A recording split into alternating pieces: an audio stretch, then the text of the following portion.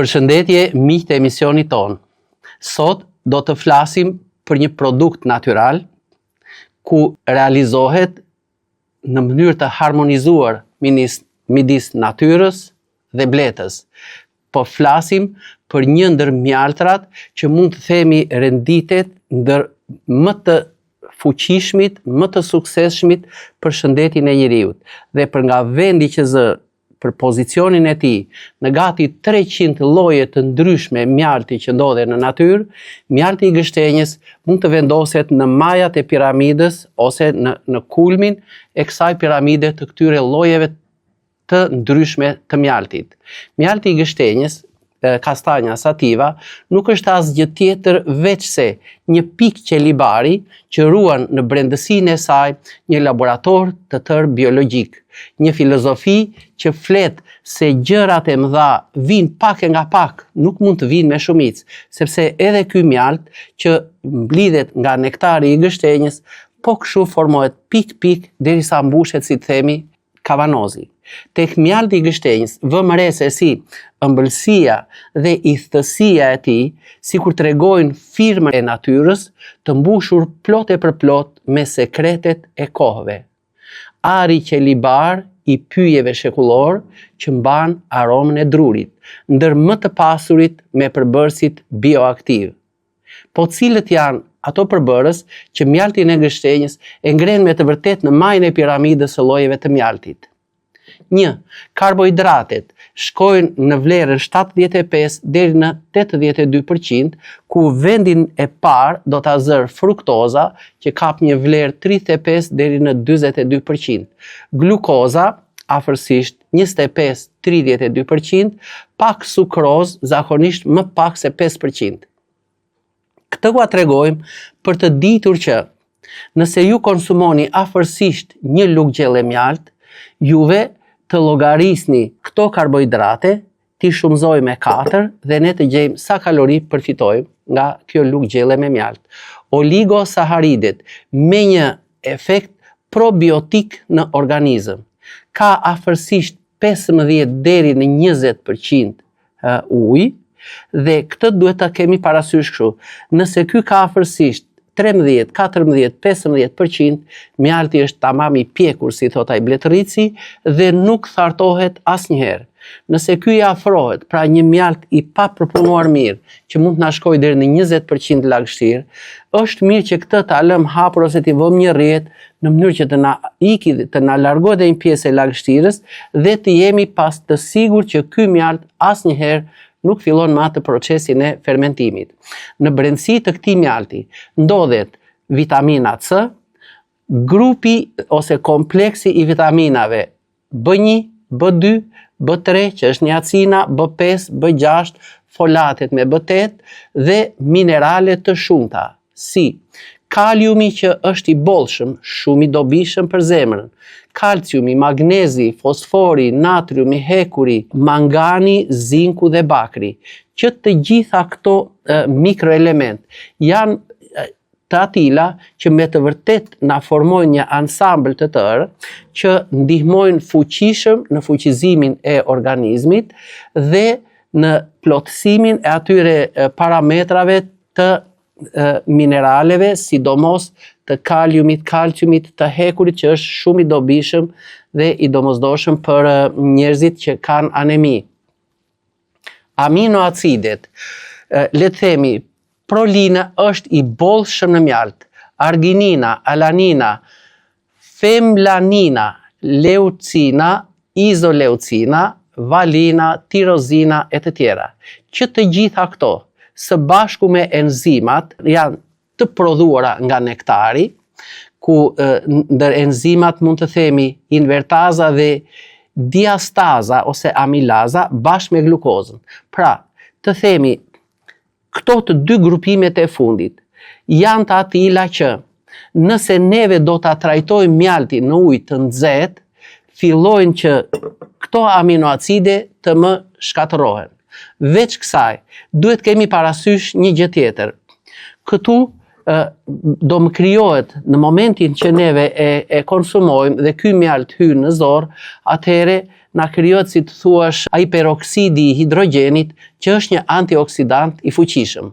Veç kësaj, një grupim tjetër tek mjalti i gështenjës janë acidet organike, ku ndër vendet e para do të përmendim acidin glukonik, citrik, malik, suksinik, acidin formik, dhe la formika që ndodhe edhe tek melingona, dhe acidi laktik.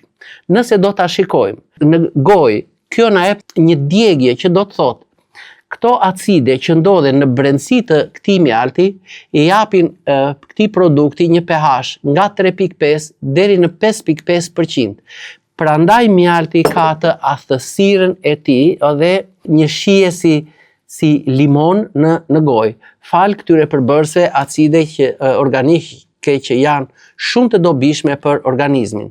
Një grupim tjetër janë përbërësit fenolik, të pasur me antioksidante të shumë dhe sidomos acidi kafeik, galik, ferulik, kumarik, quercetina, kamferoli e të tjera.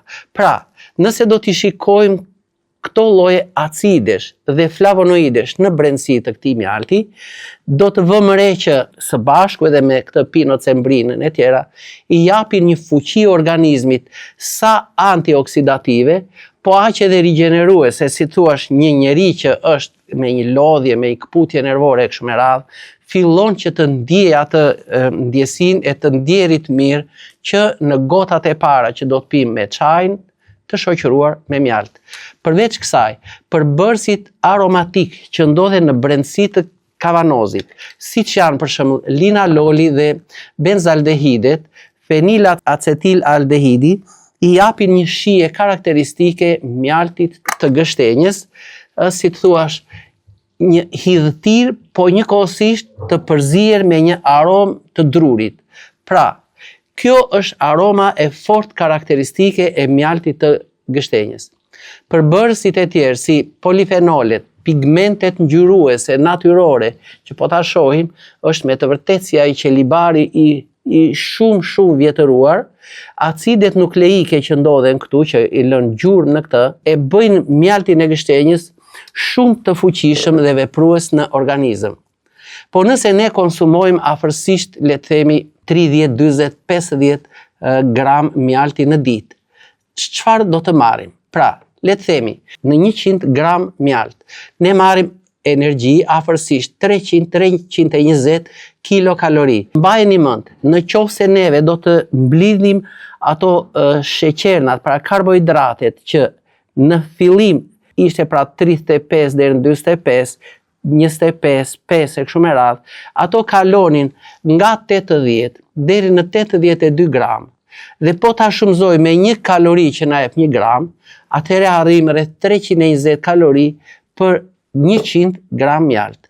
Ka proteina shumë pak, 0.3 deri në 0.5 gram. Ujin e theksuam, luhatet 15-17 deri në 20 gram për 100 gram produkt. Kaliumi është një mikroelement shumë i rëndësishëm dhe këtu mund të themi ajo arrin nga 150 deri në 400 mg për 100 gram. Cilat janë veçoritë biologjike të këtij produkti që unë kam në dorë? Atëherë, një aktivitet i lartë antioksidues, me veti sa antibakteriale, po aq edhe antimykotike, antifugale, efekte sa antiinflamatore, po aq edhe fuqizues të mirë funksionimit të organizmit, sa potencial për mbështetjen e enëve të gjakut, po aq edhe një indeks i mirë glicemik. Pra, nëse do ta krahasojmë me mjaltrat e tjera, siç mund të themi është akacia, shumë lulësh e kështu me radhë, ky mjalt është i pasur me polifenole dhe me minerale. Mjalti i gështenjës, me të vërtetë është si ajo zemra e pyllit e shkrir në ar të lëngshëm. Është një eliksir që mbart aromën e trungjeve të lashta, urtësinë e stinëve dhe fisnikërinë e natyrës së paprekur. Këtu duhet kemi një kujdes. Ka disa lloje mjaltrash, të cilat përmbajnë një lloj bakteri. Clostridium botulinum, e cila kjo nëse ndodhet në ndonjë lloj mjalti, është mirë që foshnjat 12 deri në 13 muajshe të mos ta konsumojnë atë. Për faktin se po të ndodhen sporet e këtij bakteri, mundet të na zhvillohen në zorë këto spore, pasi organizmi i tij nuk ka imunitet të fortë për t'i shkatëruar këto, ose për të mos i lënë që të zhvillohen. Dhe nëse ato zhvillohen, atëherë ky do të na çlirojë një toksinë e cila fillon të na helmoj organizmin e fëmijës, fillon që të na japi disa defekte të cilat mund të na çojnë deri në humbjen e jetës së tij. Prandaj, jo se të gjitha mjaltrat mund të na shkaktojnë botulizmin infantil, por duke ditur që mund të ndodhen këto spore në brendësi të një mjalti, është mirë që fëmijën 0 deri në 12 muaj ne ta largojmë, ta mbajmë sa më larg të gjitha produktet e bletës. Atëherë, në veçanti nga mjalti, nëse sporet do të prodhojnë këtë toksinë botulinike, e cila ndikon sa në sistemi nervor, po aq pengon edhe në zhvillimin normal të muskujve, do të ishte me pasoja për jetën dhe për zhvillimin normal të fëmijës. Më mirë ne anashkalojmë, pa e ditur nëse ka ose s'ka, gjithë fëmijëve deri në 1 vjeç nuk ja japim këtë produkt. Dhe le të vazhdojmë më tutje. Po ta shikojmë, te pika e mjaltit bashkëjetojnë sa sheqernat natyrale, sa enzimat, sa provitaminat, sa polifenolet antioksidative, po kaq edhe mikroelementet dhe vitaminat, të cilat në një harmoni të plot me njëra tjetrën ndikojnë pozitivisht në organizmin tonë. Po ku mund ta përdorim këtë? Së pari, për të qetësuar kollën dhe për të ndihmuar në rigjenerimin e mushkrive të inflamuara. Po cilat mund të ishin ato bimë? Historikisht, në vendin tonë, janë përdorur çaji i malit, pra, qoftë çaji i malit të jugut, qoftë çaji i bjeshkës, qoftë lulja e blirit, qoftë dafina, të cilat, unë po i bashkoj në një, përmbajnë pak tanine, pak vitamin C, dhe këto ose do të përvëlohen me ujin e nxehtë, ose do të vlojnë deri në 2 minuta. Atëherë, le të marrim për shembull çajin e parë, i cili ka në brendësi të tij 2 çajra që unë vendosa, më tradicionale në vendin tonë, pra çajin e bjeshkëve dhe njëkohësisht çajin e jugut, mund të shtojmë në të edhe pak lule bliri dhe do të vëmë re që ky çaj që përgatitet nga këto bimë, i shoqëruar me mjaltin e gështenjës, nuk diskutohet që do të jetë sa qetësues për kollën, po aq edhe anti-inflamator për sistemin e tretjes dhe të jashtëqitjes.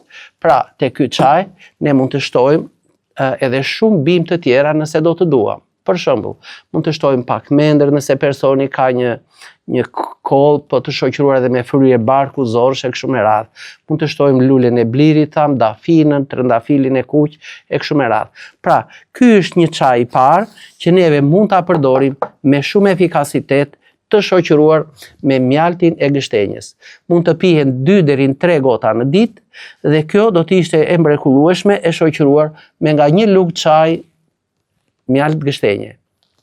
Ndërsa fëmijëve mund t'ju japim afërsisht 1 gotë çaj, 100 ml të ëmbëlsuar me 1 lugë kafe deri në 1 lugë e gjysmë me mjaltin. Së dyti, mjalti i gështenjës i shoqëruar në këtë mënyrë me, nëse do të marrim propolis blete 10-12 pika. Unë s'po i numëroj, se dora na është mësuar, pra ja kaq, propolis blete. Mjalt gështenje, afërsisht 1 lugë supe.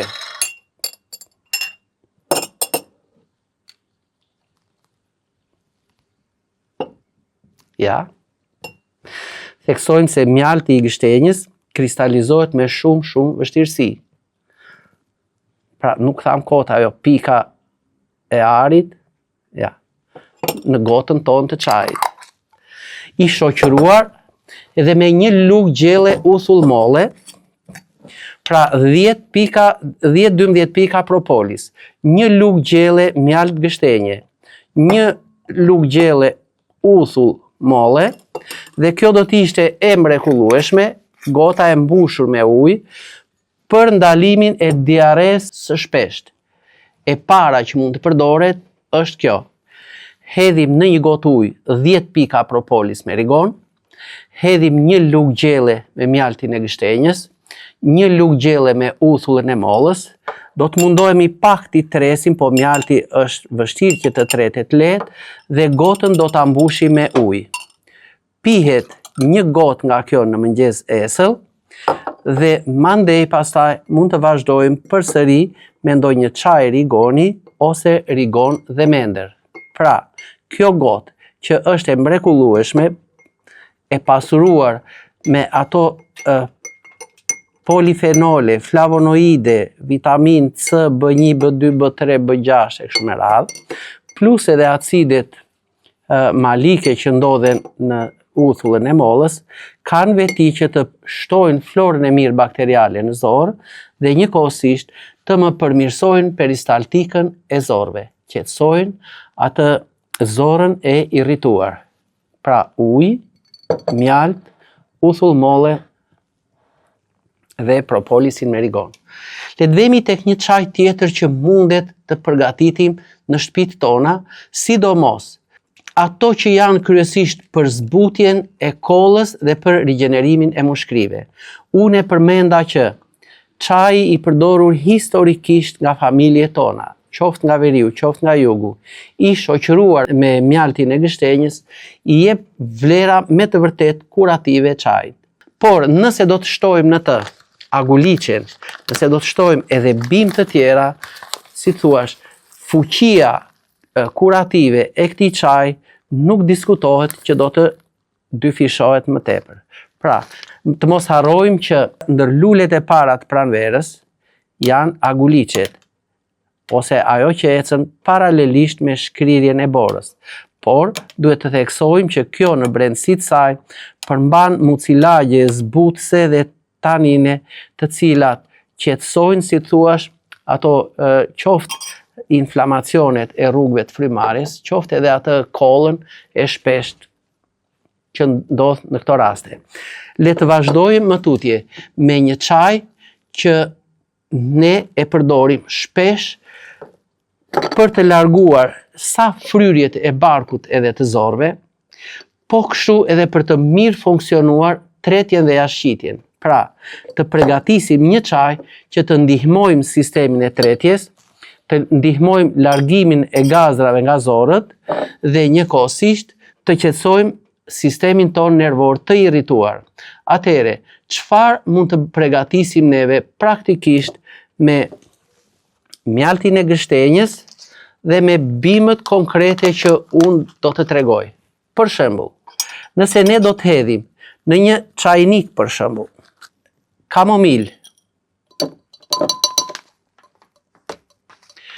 Melissa officinalis ose barblete, 1 lugë gjelle. Nëse do të hedhim 1 lugë gjelle mendër, mentha piperita ose nagjazën, që është e mrekullueshme për mirë funksionimin e tretjes dhe për largimin e gazrave nga zorët, njëkohësisht edhe për të qetësuar ngërçet e kalamajve të barkut. Ky çaj i shoqëruar me mjaltin e gështenjës do të jetë shumë efikas sa në drejtim të largimit të gazrave nga zorët, po aq edhe për të qetësuar edhe sistemin ton nervor. Pra, cilat bimë neve hodhëm praktikisht, duke filluar që nga kamomili, që ka atë kamazulenin e tij, që nga Melissa officinalis baribletës, po aq edhe nga mendra e butë. Dhe këto bimë, nëse ne do t'i marrim për shembull, ose do t'i vlojmë afërsisht 2 minuta, ose ju hedhim ujin e valuar dhe bimët i mbajmë afërsisht në këtë ujin e nxehtë 10-15 minuta.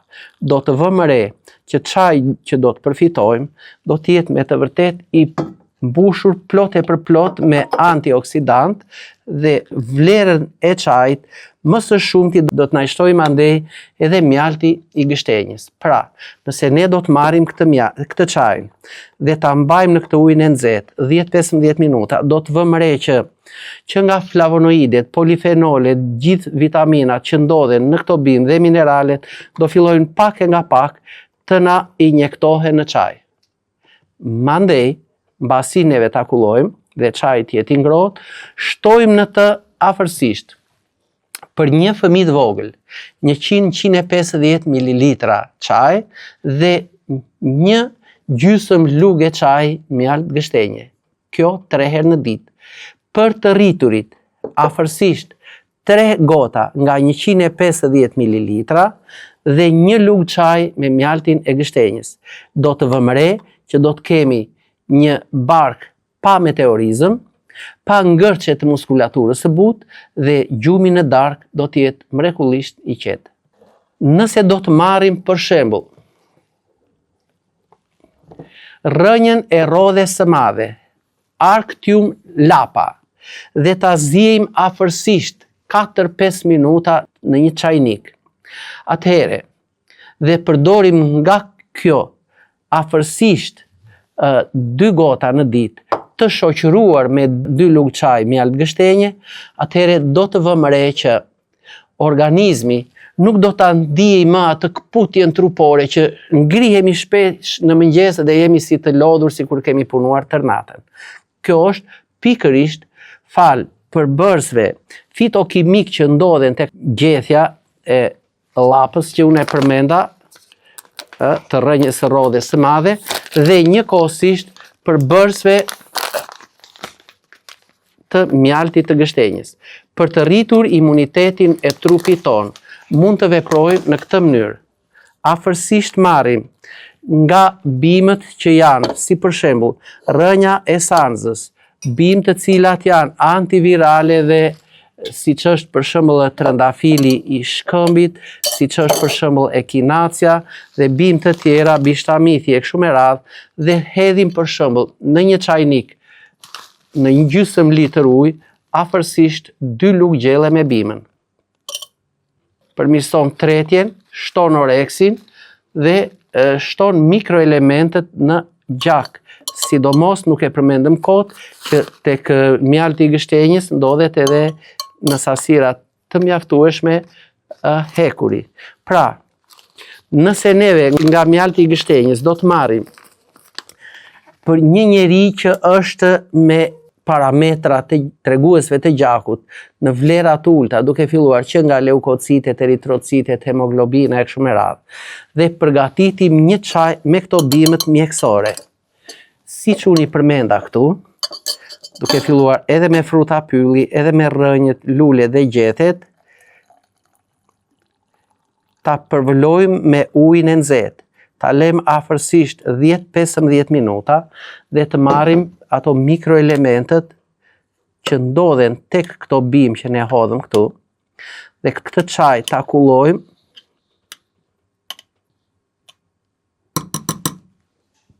mbas 10-15 minutash, mundet të përfitojmë parafërsisht këto të mira në organizmin ton. Atëre, përmendëm atë trëndafilin e shkëmbit, përmendëm lulen e bishtamithit, tërfilin e kuq të livadheve. Janë një mori bimësh që janë plot e përplot, sa me element antiviral, antibakterial, sa me mikroelement si që janë edhe këto kalciumi, magnezi, zinku e kështu me radhë, por njëkohësisht duke u pasuruar çaj me flavonoide dhe polifenolet, me vitaminat e pakta, por të fuqishme që ndodhen këtu, atëhere ne do të kemi në gotën tonë të çajit një stimulues të rritjes së imunitetit tonë. Atëhere, nëse do ta marrim këtë çaj dhe do ta përdorim 3 gota në ditë, për fëmijët kryesisht nga 100-120 ml, për të rriturit 150 deri në 200, do të vëmë re që qoftë edhe fëmijët që smuren shpesh, që ju bëhen grykët shpesh e kështu me radhë, rezistenca e trupit të tyre do të filloj pak e nga pak që të vi duke u rritur. Po nëse digjemi për shembull nga një avull ose ndonjë flak për shembull, nëse digjemi nga një tenxhere që mund ta kapi me duar, çfarë mund të veprojmë ose si mund të na ndihmojë mjalti i gështenjës? Mund të veprojmë në këtë mënyrë. Marrim afërsisht një dorë me lëvore vidhi, e vlojmë 10-15 minuta në 1 litër ujë. Nëse kemi edhe lëvore gështenje, mund t'i bëjmë përsëri të dyja së bashku dhe në çajin e tyre, po të shtojmë pak e nga pak mjalt, do të gështenje, do të vëmë re që në zonat që neve i lyejmë me këtë çajin të ëmbëlsuar me mjalt, do të vëmë re që rigjenerimi i lëkurës do të jetë shumë herë më i përshpejtuar, i krahasuar ndoshta edhe me ndonjë produkt tjetër. Nëse mbas tharjes së këtij çaji me mjalt, neve mund të përdorim atë kremin ton kundra djegjes, do të vëmë re që mbyllja, qoftë edhe fluskave sikur të kemi këtu me ujë, do të ndodhi shumë shpejt dhe pa lënë asnjë shenjë të djegjes së mëparshme. Pra, folëm për mjaltin e gështenjës si një dhuratë të çmuar të natyrës dhe të bletës, kur përdoret ky mjalt me mençuri, së bashku edhe me ndihmën e mjekut, pa diskutim që e ndihmojnë trupin ton të gjejë atë rrugën drejt ekuilibrit dhe shërimit. A mund ta konsiderojmë mjaltin një ilaç? Jo, është një suplement shumë i çmuar për organizmin ton. Edhe nëse bëjmë një krahasim, një paralelizëm, ndoshta shumë vulgar, le të themi kështu. Sikur pas një pylli që ka rënë një ciklon i fuqishëm, që janë shqyer deg, janë shkatruar gjethe nga breshri e kështu me radhë, ato rrezet e diellit pas këtij cikloni, nuk është se do ta rigjenerojnë pyllin plotësisht. Jo, ato ndihmojnë që të shpërthejnë lastarët e rinj dhe pylli të fillojë pak e nga pak të rigjenerohet. Po kështu është edhe efekti i mjaltit të gështenjës në organizmin tonë. Ky ishte emisioni për sot, mirupafshim në emisionin e radhës.